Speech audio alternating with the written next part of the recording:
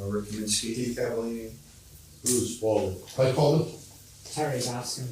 Naomi Moyer, Elaine Hawley, Dave Holster. Karen Evans. Steve Adonis. Spelled wrong, right? Any additions, removals, or changes to the agenda?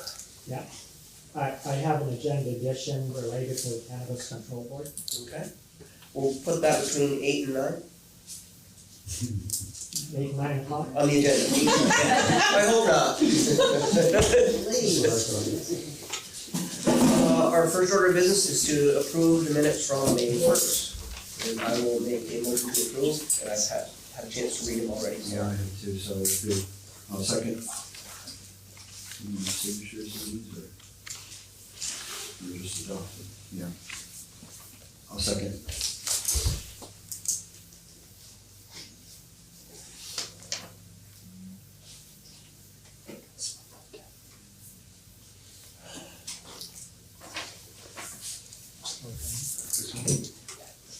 Nice job, Angela, in the minutes. Thank you. Oh, you needed those if you're looking at those. Thanks for covering up, it's okay. I'll give her priority. We got Rich here, we're gonna talk about here, on 7. Yeah, I've got these. That was the latest one I got. Okay, great. Angela, so this will be Angela's file, okay? All approved. So, can I have a copy of this?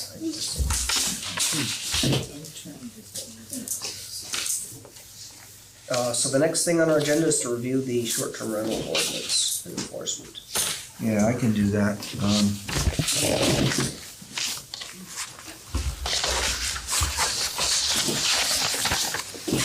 Okay, so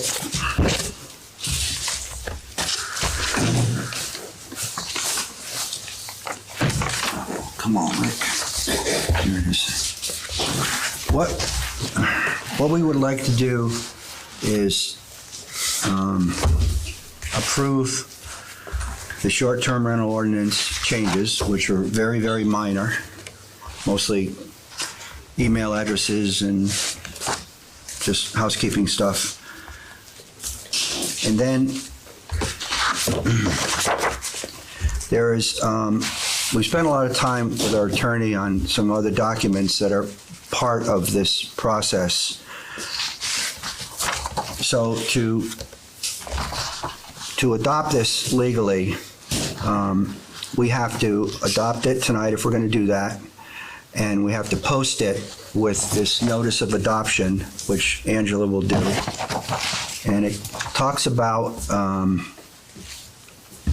under Vermont law, the short-term rental ordinance may be disapproved by a referendum vote of a majority of qualified voters of the town. In order to require a referendum vote on the adopted ordinance, a petition requesting a vote on the question of disapproving the adopted ordinance must be submitted to the select board or town clerk. The petition must be signed by not less than 5% of the qualified voters of the town and submitted no later than 44 days after the ordinance is adopted by the select board. If a petition meeting those requirements are submitted, the select board shall call a meeting within 60 days from the date of receipt of the petition and hold a referendum vote to determine whether the voters shall disapprove the ordinance. So if we adopt this tonight, it doesn't go in effect for 60 days, and the public has a chance to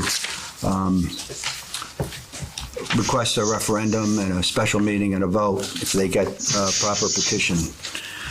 Included in this package of the ordinance is the ordinance itself, which is a 3-page document. There is a 2-page application form. Then there is a notice to property owners conducting short-term rentals, and this is a document that will be mailed out to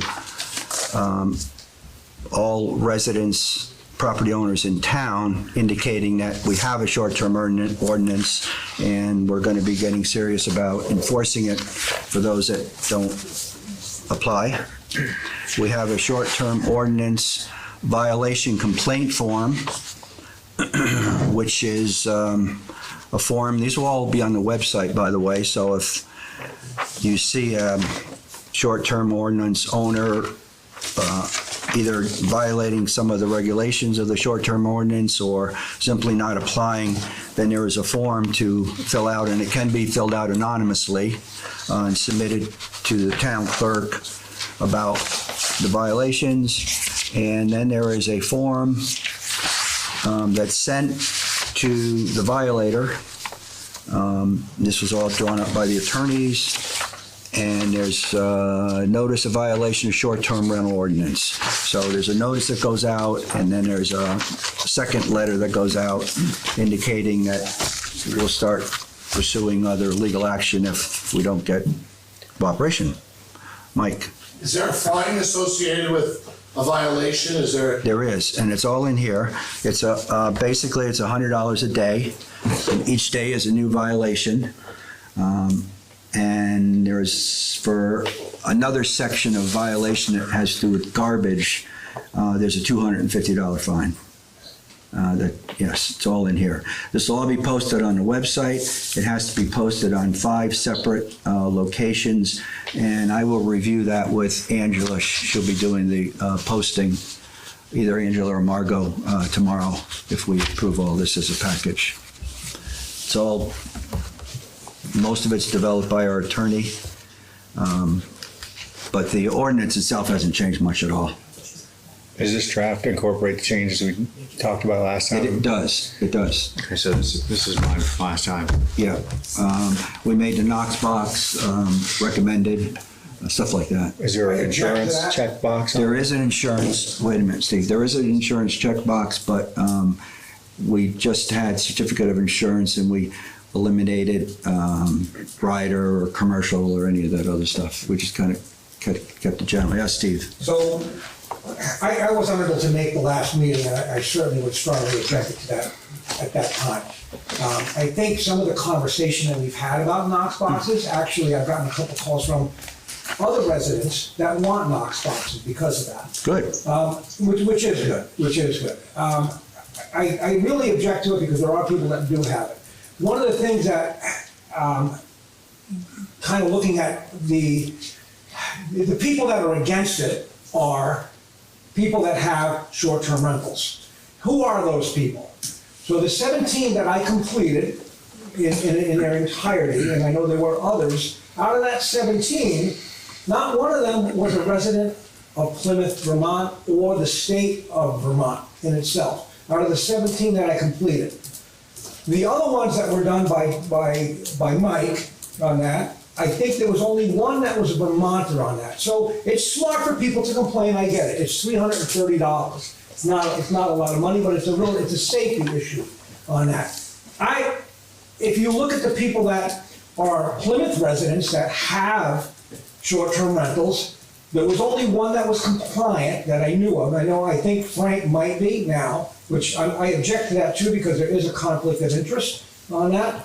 But because if you think of, I think there's 4 in Plymouth, Vermont that live here. That's 1% of the population, or less than 1% of the population on that.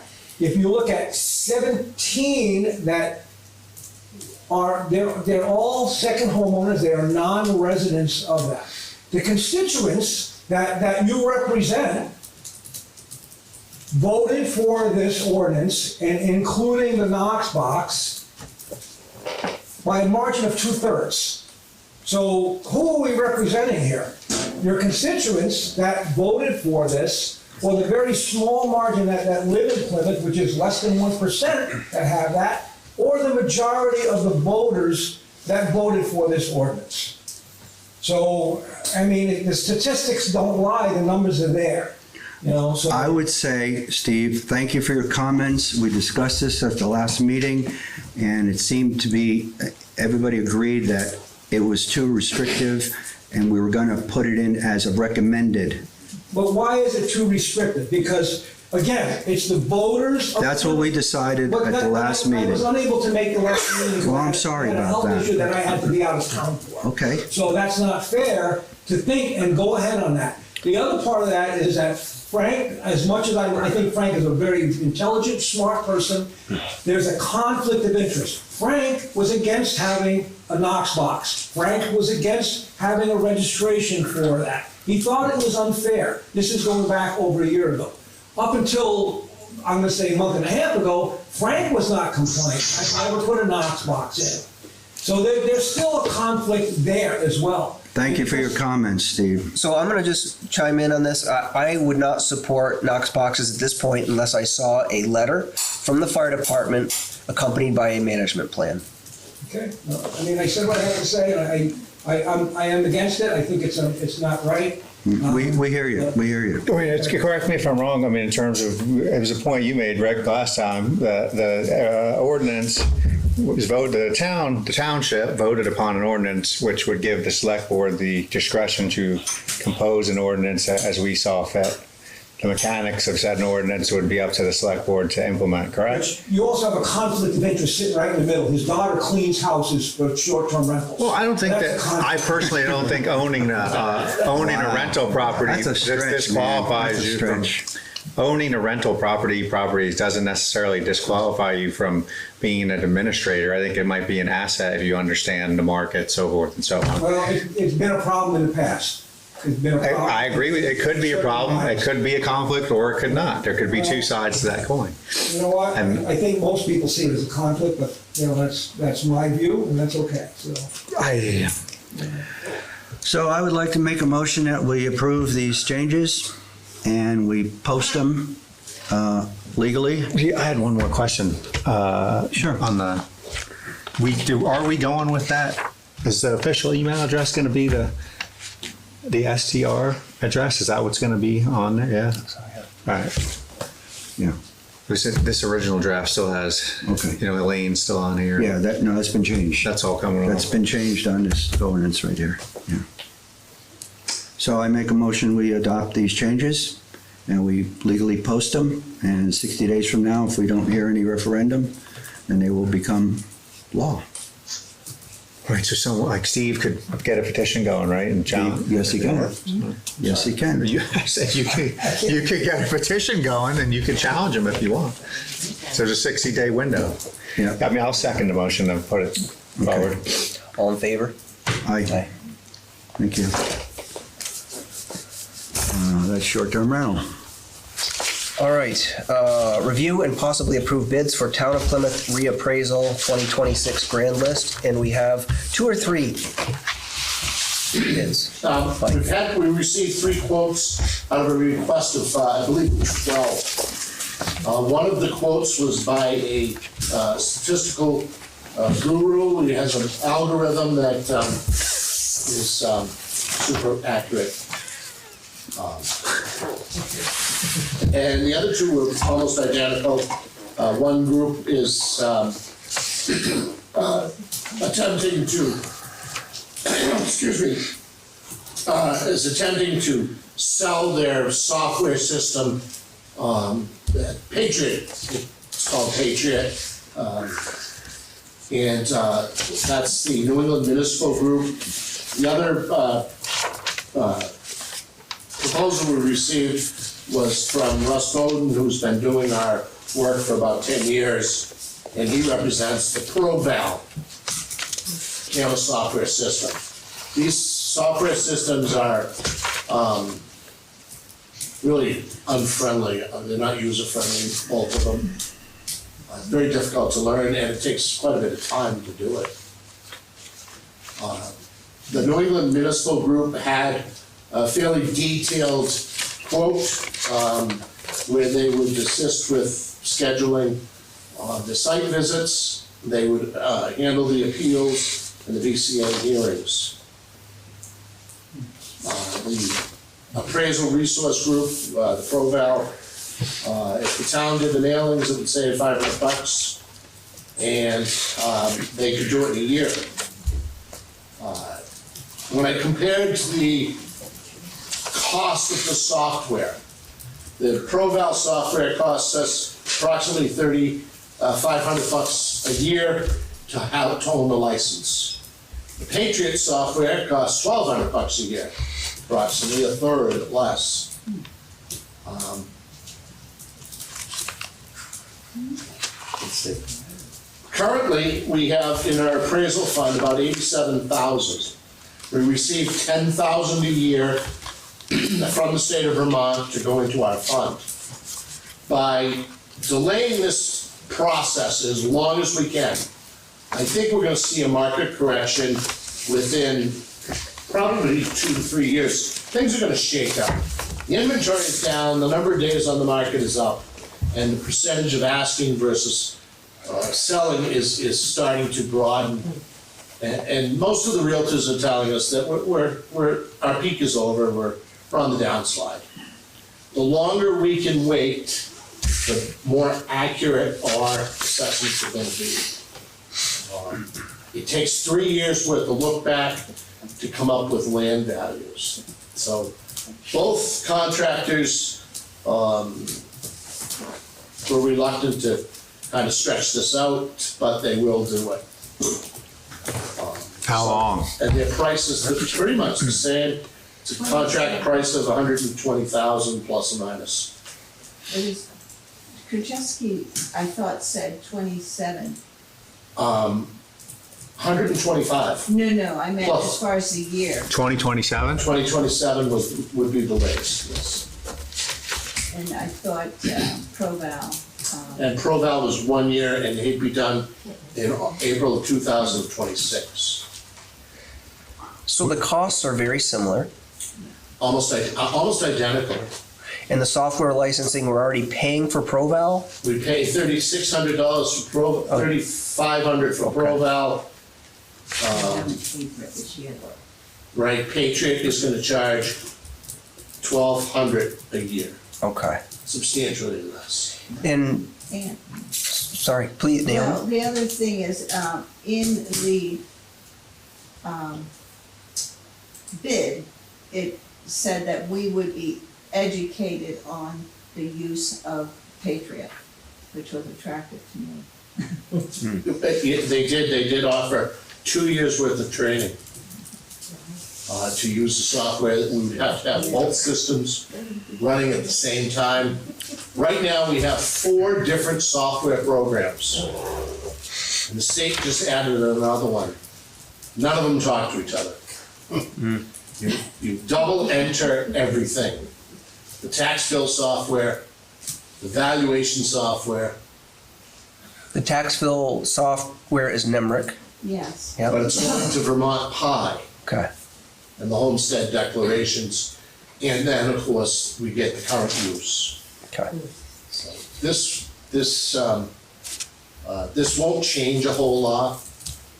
So, Well, how does this new software fit into this schematic? You're supposed, it's something that you would have to carry for just the length of a reappraisal or forever. The reappraiser uses that particular software, they use the Patriot software and not the ProVal. So if we didn't change software, they would not do the reevaluation. So you have to feed all of our information into another software program, in other words? And that will be done automatically by the provider, the final changeover. The appraiser's doing that. Yes, they Oh, it will. would. so the one thing I did notice is, in the, New England Municipal Group, is that they'll do some BCA, Yes, Yeah, which is, that's pretty big, that's 12 days. yes. 12 man days for informal appeals and BCA That was hearings, attractive to me too. which last year we had probably 5 formal hearings and maybe five. Yes, and, but I think there may be, well, I'm assuming there would be more. I think, yeah. Usually we appraise, Yeah. yeah. On the last reappraisal, there was probably 50 that went through BCA. And has anybody here been on BCA? Yeah. Yeah. BCA can complain about the value of your house, and then BCA takes a tour through your house and determines the accuracy of the Appraisal. assessment appraisal. So do the listers have a recommendation for us to? Well, both of them are very good. The NEM Patriot, Margot's familiar with it, Naomi and I are completely in the blind on it. So that would be a substantial cost to the, not to the, specifically to the town, but a cost in time to come up to speed on that product. The other one, Russ Bowden, has been very helpful in our town, set the values for Hawk and all our commercial properties. He provides us with on-the-spot training for a relatively low amount of money. It's about, I think it was $60 an hour. I don't. Yeah. Cheap for that. Plus, he also does our certified appraisals for anything commercial. The Patriot people, I spoke with them today, picked up on the second ring, which is kind of unusual. But they would definitely spread it out and go as absolutely long as they could. And legally, we're bound by state statutes to have a signed contract and an anticipated date of completion. By when? June, By this June? yeah. Next month. Oh, yeah, within, yeah, a month. I was gonna say, Naomi, do you have anything to add? No, I think I mentioned, just from reading their, not resumes, their bids, one looks a lot more clear Yeah. and professional. Yeah, Which one? Patriot- Which one is Patriot- that?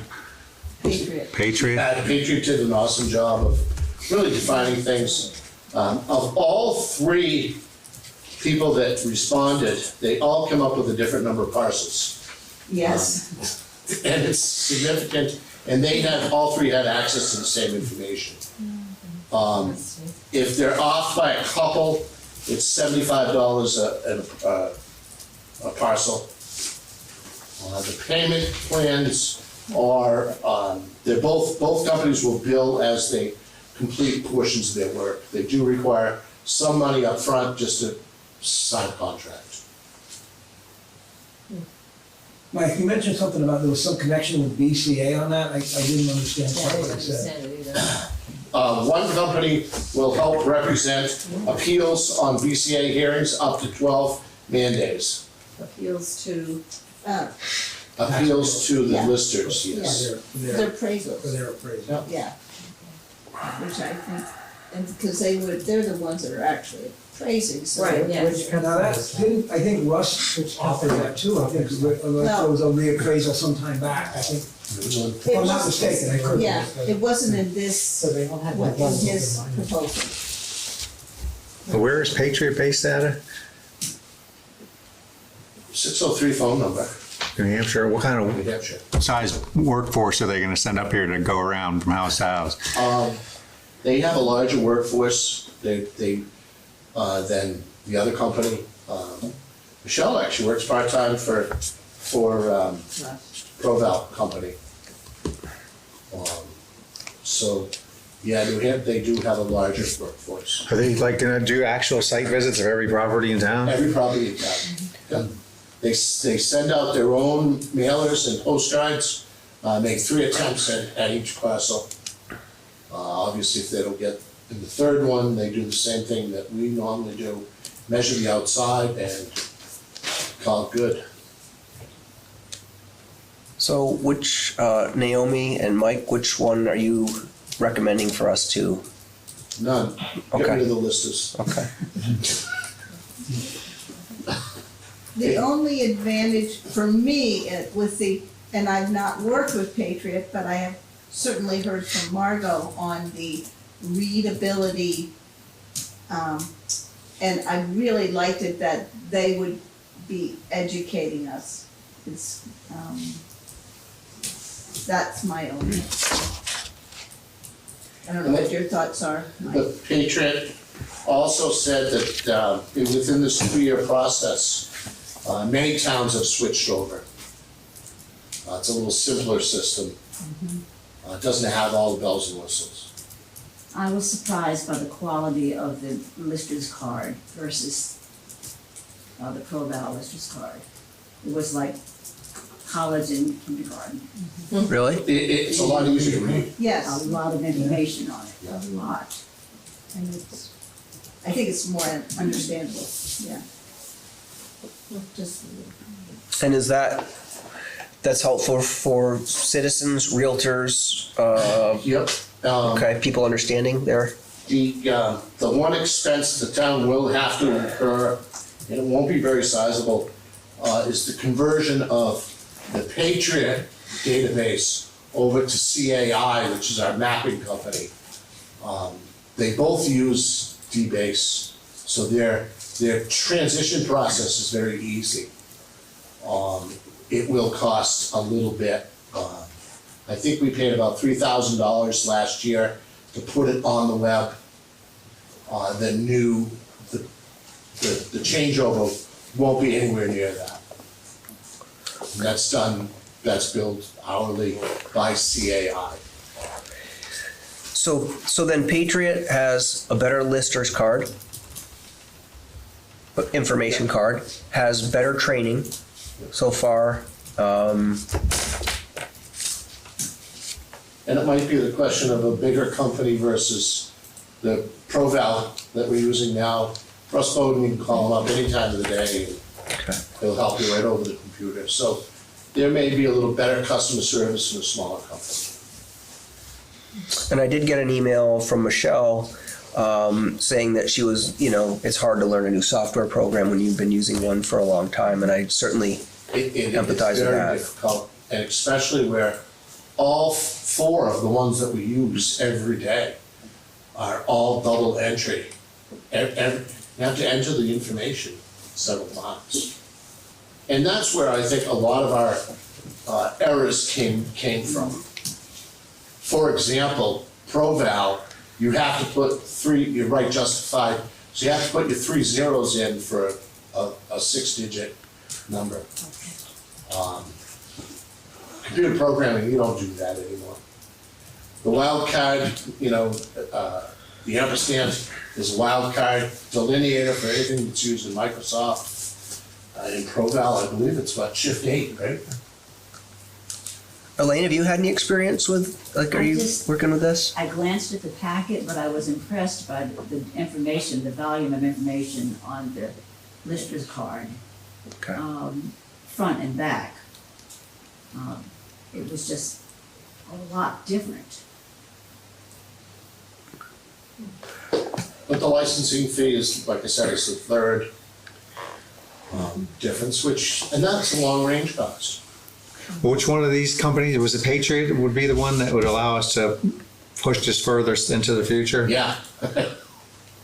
That was really the biggest. That's the icing. The biggest thing, because, the longer we delay our reappraisal, I think the better chance we'll have is inaccurate. I mean, that itself sells it for me. If it's gonna 2020, if we sign a contract for 2027 and that meets the requirements of the state, that's good. Plus, we get another 10 grand from the state for our reappraisal fund. By 2027, we'll know for sure where things are headed. Okay. So I'm hearing one of the most important thing is that. Number 2 is that you can use software regardless, right? And whether that's ProVal or Patriot. On our online. Okay. Both softwares Okay. are compatible. Are there any other things that we should be like? What's the hierarchy of making this decision? I mean, that we figured out the one. The participation of the appraiser, to handle the BCA. BCA is probably the most difficult. The informal hearings, we had real good success with just sitting down with people and, coming up with a very fair number on both people felt. So would Russ be charging extra for that theoretically? He didn't include it. He didn't So include it. So I don't know. As far as the parcel number, we're all pretty close. Payment plans are all pretty close too. You have any thoughts, Rick? No, I think I'd lean toward the Patriot. Before we vote on this, Naomi, any last thoughts at all? Mike? I think I pretty much said. Okay. You know, Is there a determinant in that and you say 2027, will it be inked in the contract that we make with them when it will be done? We will make it in the contract, yeah. And is that the intention, to have that kind of number on it? Ideally, it would be 3 years. So anything that sells now till 24 will be excluded. And we have a couple of houses that sold, Bear Hill, 1.58 million. So we've had a couple of house sales in town that have skewed our level of evaluation.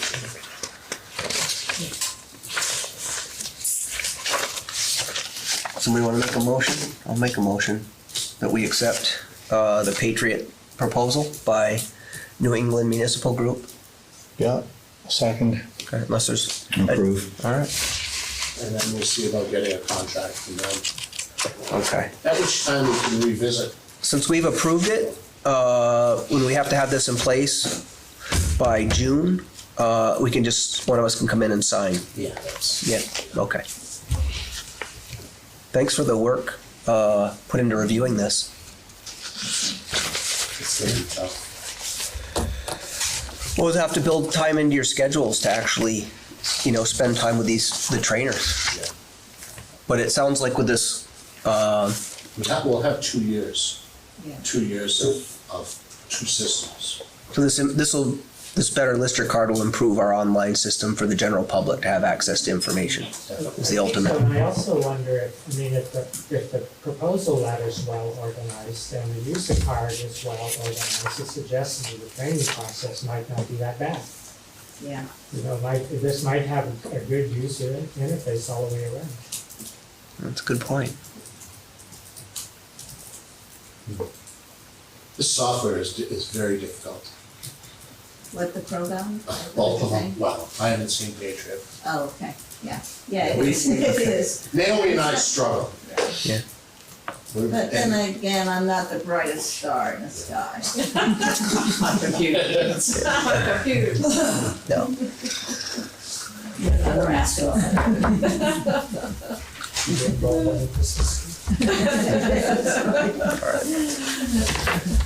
We just need to make sure you get time with them, that's all. It's all about time on the software.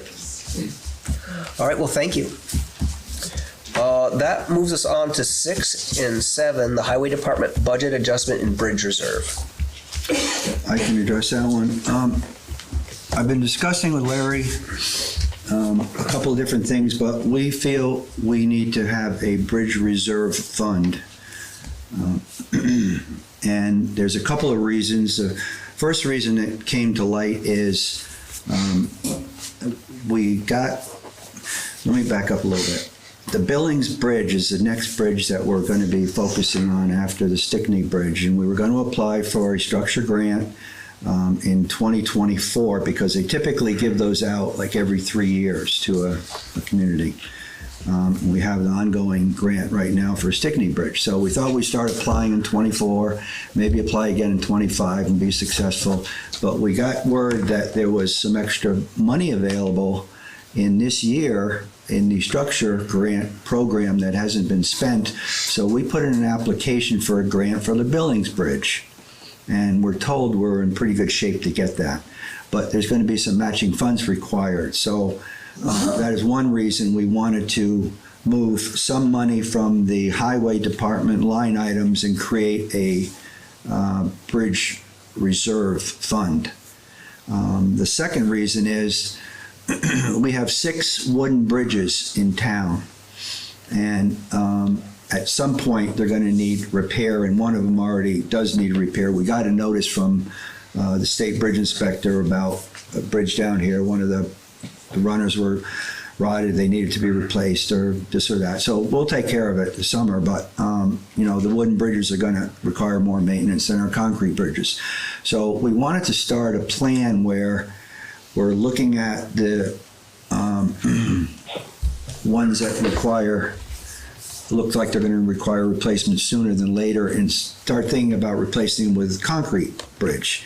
And we can get concrete plank, bridge deck plank from Carrera, precast, use the same abutments, get rid of the wooden decks, lay concrete plank down, grout them, put down a waterproofing and asphalt over top, and have a low-maintenance bridge down the road. It's kind of a long-term benefit to the town with minimizing maintenance in the future. So, for those two reasons, we thought we needed a bridge reserve fund. And we have 2 lines in our highway budget that we would like to move some money around and create this bridge fund to get it started. So one of them is under summer maintenance. We have summer material. We could pull $20,000 out of that line item. And then we have winter sand and hired help for winter sand. We could pull $37,754 out of that line item to give us $57,754 in the newly created Bridge Reserve Fund, if we move forward with that. So I would like to make a motion that we... So I think procedurally, we need to create a reserve fund. We need permission from the voters, right? Like we did with the fire equipment. Boy, when I talked to Nimrick, Cynthia. she told me we just needed board approval. So to move the money, I think that is true, moving the money, but to actually create a reserve fund, From scratch. yeah, which I think is a really good idea. Okay, so how do we do that? So I think we need to wait till town meeting to actually create the reserve fund so that we start appropriating budget to that fund. Okay. So the other thing is a sort of a shorter term question about money for this bridge, and I mean Billings Bridge? Yeah. Yeah. Yep. So we're tracking pretty closely on revenue and expenses overall for the town. Okay. Right? I don't see us ending the year with a huge operating surplus. That means that means running a deficit this year budgetarily. Some budget line items run a little, high, some run a little bit low. And so that means increasing taxes next year to pay for this, one way or another, raise that 57,000. And I'm not sure exactly where we'll land. I mean, but we were I think in period 9, we were at about around 70% of budget, so we might be a little under, a little over. But if we got a fresh budget report, I'd feel better about knowing that. Well, so these are funds that if we don't use them, They go into the general fund. Yes. Right? And if there's, generally speaking, the entire budget, it's the entire town budget that would go into the general fund if we ran a surplus, not just those line items. Right, that's right. Yeah. That's one reason to create a reserve. Yeah. So we can keep building on it and it doesn't keep going back to general fund. Okay, fair enough. The one that you're talking about putting a concrete deck over them, what condition are the abutments in? Well, we haven't got that far yet, Steve. That's gonna happen years down the road. Obviously, we're not gonna put it on a bad abutment. No, I know, but sometimes there might be 20 years left, if you put the deck on it, can they be removed, and then you could fix the abutments if that was the case, or? Yeah, it'll be a case-by-case inspection process. I can't answer that question right now. I just don't know. So if I could just check in, I'm going to share my screen for a moment with capital planning, Okay. if this will do it.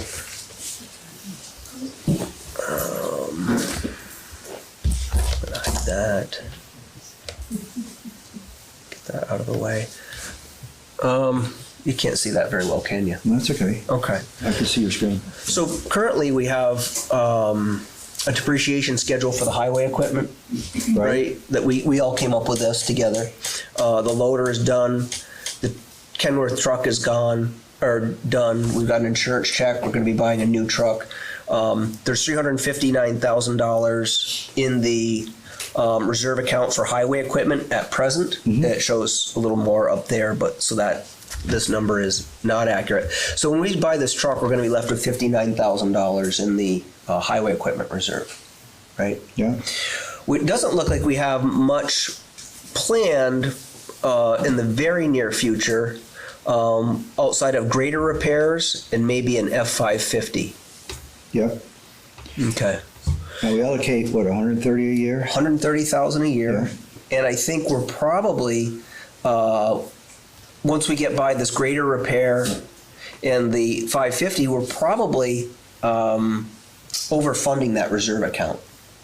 And I think we could probably drop that back to about $65,000 a year to $70,000 a year, and then sort of, keep up with inflation as you see these columns to the right. Okay. But I would propose starting to fund a bridge and highway capital program in the very same way, Bill adding $65,000 a year. We could split it up a little, whatever we think makes sense, right? And to start building a reserve account for those. The thing that we don't have. We have a reserve account for equipment now, right? Right. All right. But I think we're probably overfunding the equipment one. But you want to redirect some money out of that into a bridge fund. Right, without increasing tax burden. I think if we're just careful about planning, we can probably, do that pretty well. The one thing we don't have is that bridge schedule that you're talking about. We've got Stickney Bridge and Billings Bridge on there, but if you could populate that with what you think our match would be, then we could really, budget for that really nicely, I think. Okay. But that doesn't, I'm gonna close this now. The fire department stuff, we put that in there too, just to be thinking about how we're gonna deal with that beyond the pumper. But I'm gonna stop sharing my screen. Would a bridge inventory help? Yes, yeah, that's what I was sort of, yeah. And what, you think the grants might provide, and you can't guarantee it, but it's like your best guess. Yeah. I have a pretty good guess on the grant. Okay.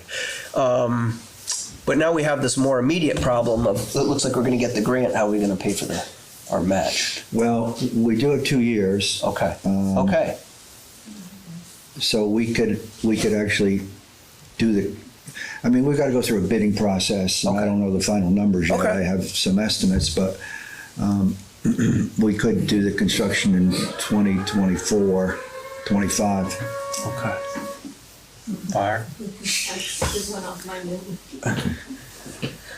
Anyway, So if we take some time to think about that, see where we land we're getting close to the end of the budget year. yeah, so we'll know what the issues, what the Okay. final costs are and what we're short Okay. by the time we get to the next budget round, and then we'll figure something out. Or we got 2 years to fix it. Yeah, I believe the grants are good for 2 years. So we can come up with the money. If your reserve account now for highway, do you already have a reserve account for highway? For equipment, It's appropriated, highway Yeah. equipment. and we're spending a lot of it just Yeah. because of the loader, the new truck. So that's probably gonna deplete that pretty. Yeah, and we are thinking about a grader now. Actually, we had Caleb go over, I think he's going tomorrow, to Mount Holly to test drive they got a new Cat over their grader, and with a joystick, it's a different type of control, and we're gonna get him in the seat and have him. Is the state coming out with grants for those because they want to, for water quality? Yeah, they may. There may be some grant funding coming up over the years we'll have to keep an eye out for. Because I don't know if everybody knows, like the big thing with water quality is sedimentation, and often it's the windrows that you see on the side of the road. It allows the water to run, and then it breaks through, and then it kind of creates a lot of, and so I imagine that's one of their state's goals is to remove that problem. But, all right, so if we're good to wait a we're couple good. months and Yeah, kind of yeah. noodle through that? Yeah, Okay. let's do it.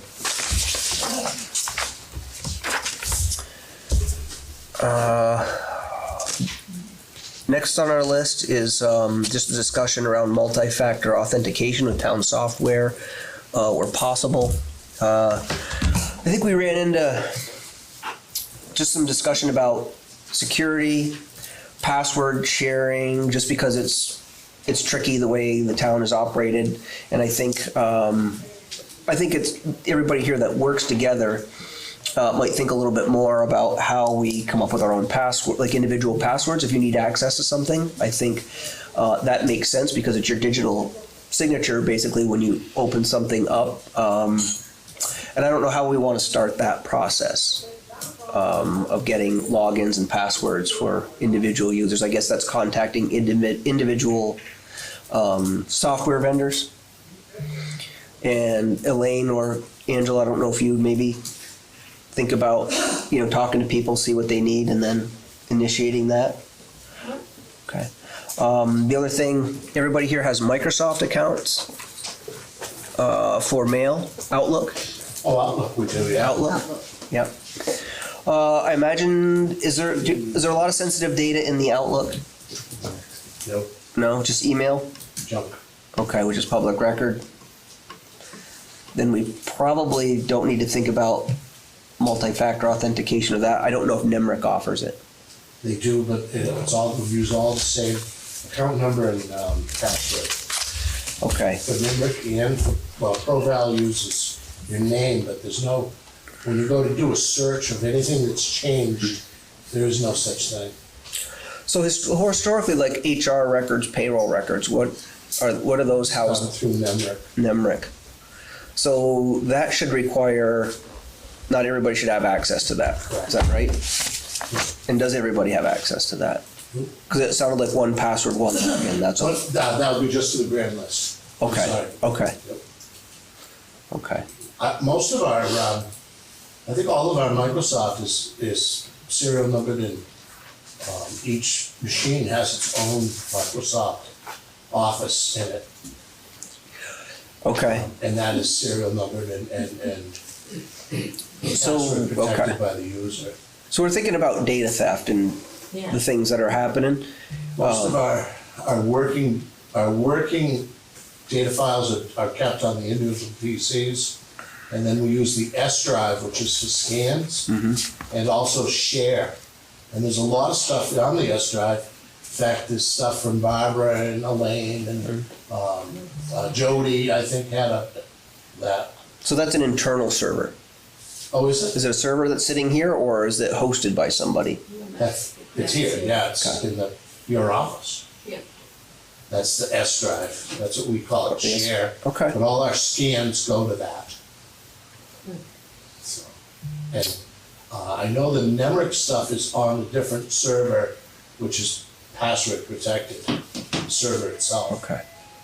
And the ProVal stuff, I don't even know where that goes. So password protection in a lot of cases isn't necessarily adequate, right? I mean, there's been a lot of data theft around the state. Keith, I don't know if you want to chime in on that at all, but, we probably have insurance through this for a lot of this stuff, but if you're not using the right safety protocols, your insurance claim can get denied. Yeah, well, in NEMRIC, there were several lawsuits against NEMRIC for data theft. It's kind of a loose system. It is on our end, it is very loose. Is that shared drive connected to the internet? No, actually, it's on the cloud, but all four of us can be using it at the same time. And that's not terrifically unusual, but it all requires you to use different logins and passwords. Nope. It doesn't. All the same. So that's, I guess, what we would like to. Yeah, can't we have a record of who has access to what and have individual passwords as opposed to everybody? On NEMRIC, no, we all use the same one. But we shouldn't be. Okay, well, everyone that has access to NEMRIC should have their own unique ID and login so that there's no question as to who was in it. Because not even if someone in the office, but somebody that just gets a hold of that password can get into the system. Right. And then it becomes a finger pointing issue, oh, was it you? Maybe it's not anybody, it's just an idiot that got the password. So at least with every unique login, Mike was in at 5 o'clock, it shows that Mike was in versus, Plymouth, whatever. I mean, I don't know, it's gotta be possible, I would say. For our work, I don't know what we have, but we have to change our password every 6 months. and everyone has their own password to get to the. Oh, yeah, that's government style. To the book and only access to certain things on the program. So, and you don't share your password. A lot of people did, some people got caught. I can't imagine that whoever administers that site doesn't have the ability to set up separate passwords. They can, Yeah. yes. I think it's a matter of request. I imagine it's NIMRIC who has to set that up and assign individual passwords. It was usually, So I spoke with Cynthia, from Nemrick, and she says there has, because some of the permissions, and I'm gonna use an example, our land records, really, the town clerk's office should be the only one who can add and delete documents. Another department might be able to display them, but they shouldn't be able to edit or change or anything. That, without looking through everybody's permissions, I don't know who has what, but I know like the land records, different offices can do more than just display. So from Nemrick, they had said that there has to be one person who's like the supervisor that gives permission for each individual here. So it's something they can work with us on, but they wanted the select board to talk about it before they did anything to look at. Okay. So, would you be the admin person for that? I can be, it depends, I'm more than happy to. Elaine? look into it. No. Okay, all right, unless anybody else is interested in that job? Well, it makes sense that the town clerk should be the admin and then delegate levels of access to whoever needs them. You know, maybe I'm just pointing at you, but you have read only, and then, you know, you can access it and delete and add to it, or, you know, whoever, as required by your job description. That's what makes the most sense to me. The other value in doing the town clerk is that structurally, the town clerk is accountable to the board for what permissions are given out to other people. It's an accountability process. Yeah, I mean, if we can approve that, then Okay. they can, Nemrick can, it sounds like Nemrick needs our approval to make it happen. I'll make a motion then to appoint Angela as the network administrator for software programs. Does that sound right? Angela, can you do all For software programs? access. Yeah. Yeah. That is the consensus and people want me to, I'm sorry, what was that, Mike? Can Angela do all the programs, not Oh. just NEMRIC, not just? Oh, I'm sorry, you mean, can I go in? No, I think there's some that, because if you go in, there's password maintenance and password maintenance box. And if you click on that, you might be able to open up, go to another screen. If you don't have the supervisor level, you can't access that box. You just can only click around, you know, the screen that you currently own, but you can do the account maintenance or password maintenance. I did speak with, probably in all my years of banking, but there used to be stuff, they had vendors, and we would request what they call an SOC, and there's SOC 2s and stuff, and it's information that you get from vendors that they're supposed to disclose their permissions and things internally. I asked Nemrick on it, and they said because we don't have it as a request in our contract, they don't technically need to provide it to us. They sent us a privacy document that talks about privacy, but things that you had mentioned, things could be going on that we would never know about because they don't have to disclose it to us, which kind of concerned me a little. That's some interesting legalese. I like that, yeah. It also makes you suspicious, doesn't it? Yeah, he didn't want to give it to me, like I said, he just said, When do we get a new contract? I know. Is Nemrick our major consideration? Are there other things that we need to be worried about? Well, Gmail's pretty, I mean, is there anything that has sensitive data? We don't have a lot of sensitive data. I'd say it's primarily employee data. Is that, and that's not in emails, generally speaking, right? We don't, so Gmail. You could set up MFA with Gmail for people, I'm sure. I mean, when I look at my Microsoft account, they try to hack that 600 or 700 times a day. you know, Really? in a different country, you know. I mean, it's just, there's computers out there doing that, right? They just are trolling to get in, so. Bot attack. Yes. So I think it's probably worth thinking about. I mean, it's you know, it isn't really a hassle. You do it once in a while. If you go to a different IP address, it's a trigger, or if it's been a certain duration of time, that's the only time this multi-factor authentication comes up, and it comes to your phone generally, and then you just approve or disapprove the login kind of thing. But I think that would be get us a little bit closer to being safe with our data. And I feel like we have to learn some more about the programs in all this new stuff. Like CAI has got our lister cards and all that information. I mean, I assume that's backed up, and I'm just making this assumption because I don't know that it's backed up on their website. They're hosting it so that they couldn't just somebody couldn't hack in, seize it, and hold our data. It does, CAI, Okay. and I believe Margot's the only one that can Okay. interface with that. Okay. And she makes all the changes anyway. She has the unique login to that system then. Yeah. And it's much easier to tell her what you want.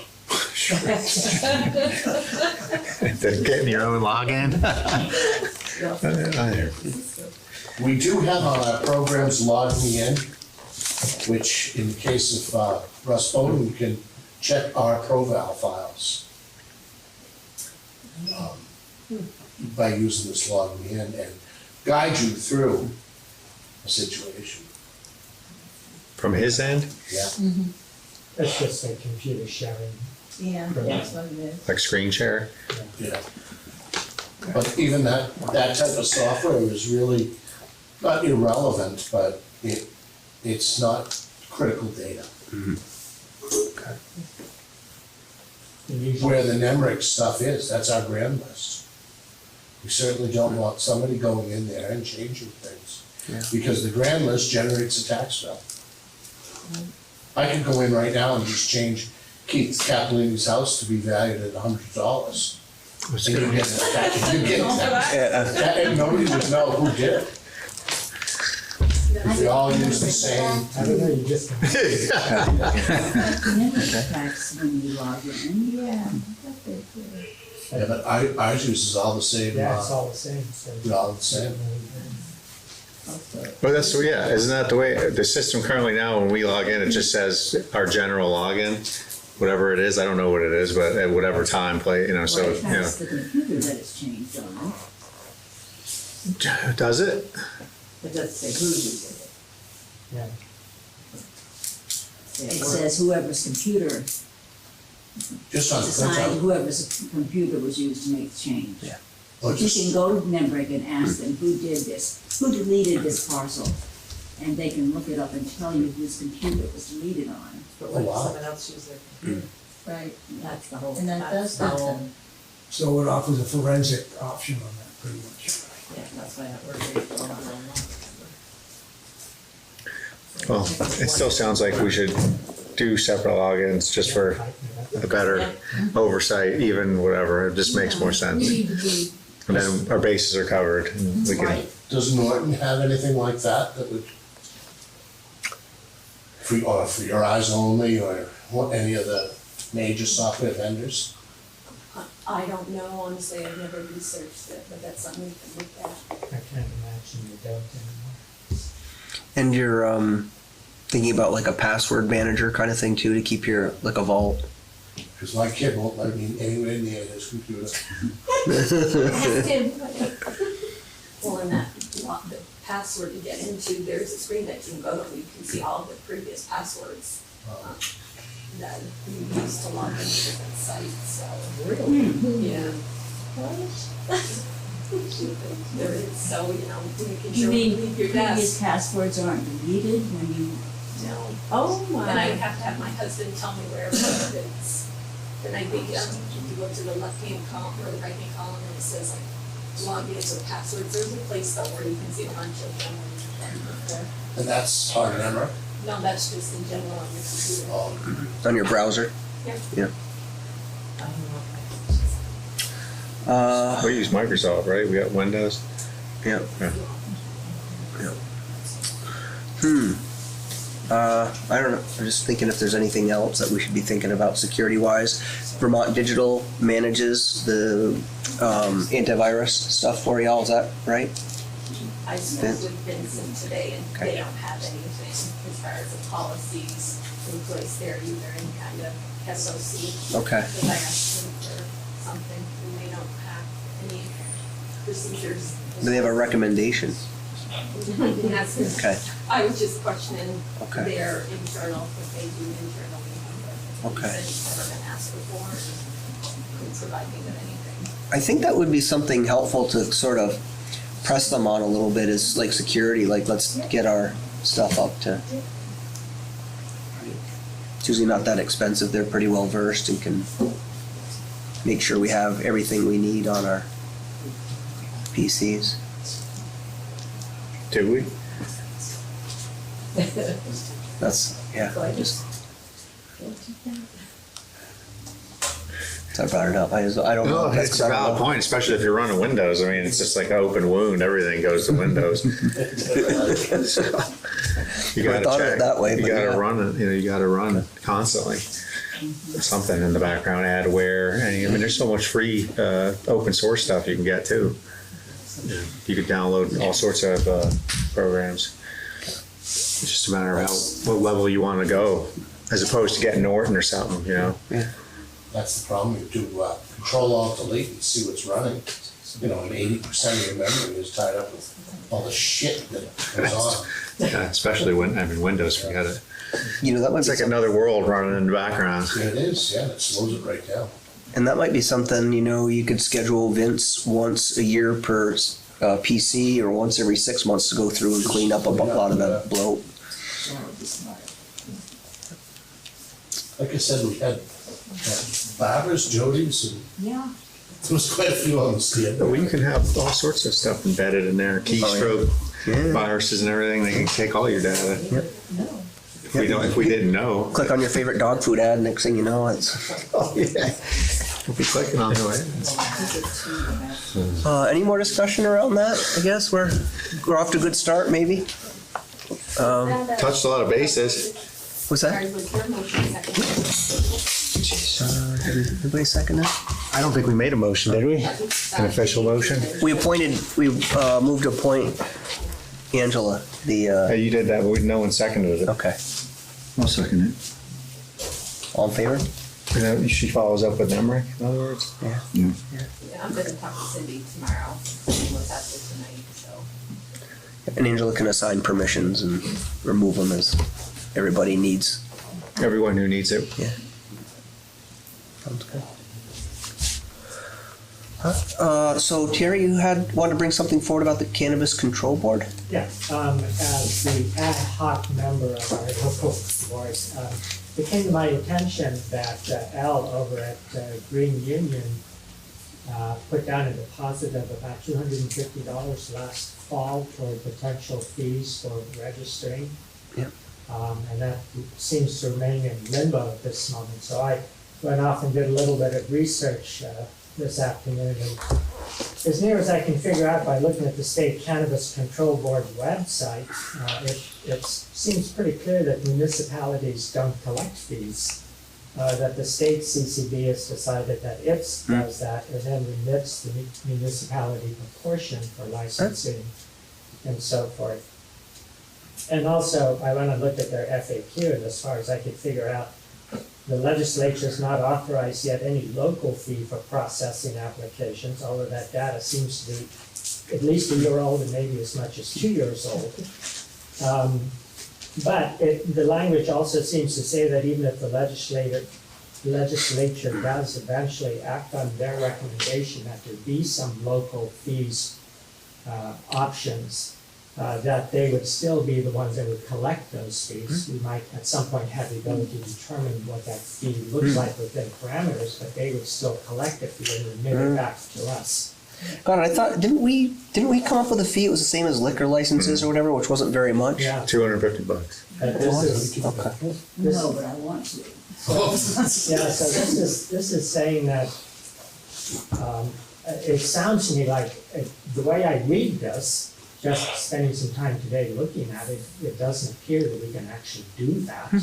And if we did it, the state would collect it as part of the whole application process and then remit to us our portion of all. Yeah, that's partially correct. I've been in, I went round and round with the guy from the Cannabis Control Board on this topic. What is on their website is in complete contrast to what the information they provided at the symposium that I attended. And I had the notes and I shared them with him, and he's like, "Oh, well, sure, it was still a work in progress." And this part about they're supposed to kick back $100 to the town from the state license. State license. And I don't think, did we ever get a check for $100 from them? I think what I read is they pay it on a quarterly basis, and we have to quarterly point, or they should have sent it to us from when he opened. It's been a quarter since then. Yeah, so Do you know if we have to apply for it? there's nothing about applying, it should have been automatic since Yeah, they know okay. he's in Plymouth, and so, it's the way I read it. I mean, as I say, some of the stuff seems a little bit dated and not entirely clear, and I didn't run through all the little sub references to other parts of the law that maybe might confuse me more or clarify it more, I don't know which. But it just seems to me that we're a long time into this state of limbo on this $250, and it ought to get moved into action somehow, rather, because this is money that belongs to somebody. Yeah, Mike. I just discussed that with the town treasurer this morning, and we both pretty much agreed to give the $250 back, right? You said that the state collects the fee and then So it's something that we haven't forgotten about. No, I understand, I just think it's probably time to move on it, because it's been sitting there since October, and it's somebody's money, and I guess we still need to clarify whether the town, I mean, this almost seems to me like a separate issue, can the town? I don't expect to get an answer from this guy. I mean, they're not. The only one that keeps chiming in is Al's lawyer, because he's representing basically everybody in town in the wider area that's doing anything with, he's the guy, the go-to guy, I guess, on the legal totem pole. He keeps hinting that it should be returned, and it probably should be. I just, it was a point of contention to me that the guy from the Cannabis Control Board just, didn't care to respond to, I asked for some supporting evidence from the statute that says that we couldn't have our own fee. Yeah. Because he's the same guy that said at the symposium that we could have a fee. So anyway, moving forward, we won't, we should give Al's money back and forward, expect $100 from the state, sure, whatever. We And should try to, we might want on an ongoing basis, try to clarify with the state just whether we can have our own fee and how that's going to be collected. But at this point, I don't see that there's any, we're just holding his money hostage while we have no idea what we can and can't do, it seems to me. I think they're going to fall back on as you stated it. That's going to be the policy of the land. The municipalities won't be allowed to have a fee, and we will expect to receive a portion of the fund. If it's $100, I don't know. I don't know if that's what it's going to remain going forward, but Yeah, that's the number I found for the initial application. Yeah. So is that the recommendation from the Cannabis Board, to return his money and wait for the state? Absolutely. Okay. I would say so. So you can make a motion to give it back to them. well, the whole board's present. So here we are. So if we all decide yes, and I guess it happens, we can give it back. Okay. Perfect. If there's I've nothing, got three yeah. quick things, mostly information sharing items, and I'll be quick with them. The first one is the contract for the building construction project. I've been spending a lot of time with the contractor and lawyers and crossing the T's and dotting the I's and changing language here and there, and we finally got it to a point where it's finalized, and it's being drawn up and written now, and I'll have it this week. But it has Jay's name on it as chair to sign for it, so I want to make sure it's okay that I deliver it to him and get it signed by the end of the week here. Stickney Bridge is coming real good. I met with the contractor today. He is scheduled to have his last concrete pour on Friday. And then next week we'll start taking down barriers, and it'll be stripping forms and rubbing and doing some finishes and odds and ends, but they're still confident they're gonna be done before Memorial Day, which I'm impressed with. So it's coming good. And the last one is I got a call from Chris Bernier from Fish and Wildlife. And we've talked about this issue a little bit in the past, and it's about the camping down on Hale Hollow Road. And they are addressing that issue, and they're gonna start doing some enforcement, kind of not going in heavy-handedly, but going casually. And this week they're gonna be posting signs, and they're mostly concerned with the area. Now I'm talking about Hale Hollow Road between Merle Hill and Five Corners where the bridge is. Down by the river. Yeah, down by the river. Yeah. And they're real concerned with that one stretch just north of the bridge where people camp, and they put tents there, and there's tents there now. They've been there for 2 weeks. People put a tent up to kind of reserve the spot, so when they get to it Memorial Day, they'll be able to set up their summer camps. And they're driving trucks in the river and dragging logs out, which they shouldn't, and altering the stream and this and that. So that's the area they're going to close first. So they're going to put up signage up this week, and then they've hired a contractor to come in and move some boulders around and block it off so you can't drive in there for camping, and see where that goes. But he did want the board to know, or the community to know, that they're trying to address that issue. Well, it was a problem last year too. We had to call. Yeah, we've got complaints. Yeah, and even some people were kind of uncomfortable going through there. It seemed, and for better or worse, I don't take it the wrong way. It's just people seem to be really armed in that area because I don't know if it's because they're gold panning, but local residents, a few of them said, "Hey, we're not comfortable." So. We picked a bunch of trash out of there last year. Yeah. Several bags. Yeah, yeah. Well, you know, it makes you wonder too, as far as sanitary conditions there. There's no People camping out for the summer, essentially. I think they need to register for short-term rental. I know if they stay more than 30 days, then it's a regular rental. Is that townland? State Coolidge State Forest. Oh, it's part of it. Oh, Yeah. okay. I just wondered if it was a homeless community center. No, it's marked state. Okay, that's all I got. Okay. Before we move on to mail and warrants, we are thinking about not having a meeting on June 5th. Just, we don't seem to have a lot of pressing business suddenly. Well, all right, well, we were gonna discuss open roads, but we can, did we already send our, I sent it to, it's supposed to be in the Journal Thursday, because I had to post it 15 days before. So maybe we do want to have a meeting. Sure. can we pull it off the journal? I can see, I'll reach out to her tonight and Alright. see. Because it's not pressing. That's up to you, Yeah. that's, About renaming some roads. Oh, okay. We put it on for the following We can, agenda, is that all right? Then thanks. So you're gonna talk the week after June 5th? It'll be the 19th. And the reason I'm asking is because Elaine asked, that there's an abatement hearing that was applied for today. And we could make that prior to the select board meeting, so we can certainly have a better opportunity for a quorum. So on the 19th, That Steve? works. 19th is good for you? yeah, Yeah, yeah. It's a Monday. Yep. You guys are normally scheduled second select board meeting. Right, so we'll do the abatement before. Third Monday of the month. And so it'll be the 19th of June, and we can do that at 5 o'clock.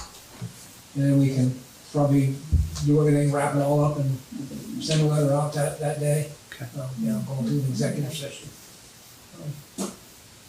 Super. Awesome. All right. Is it bringing us up to this? We'll talk about that later. All right. Thank you. So you guys are down to just sign the paper. That's it. Yeah, Little Warrens, thanks for coming.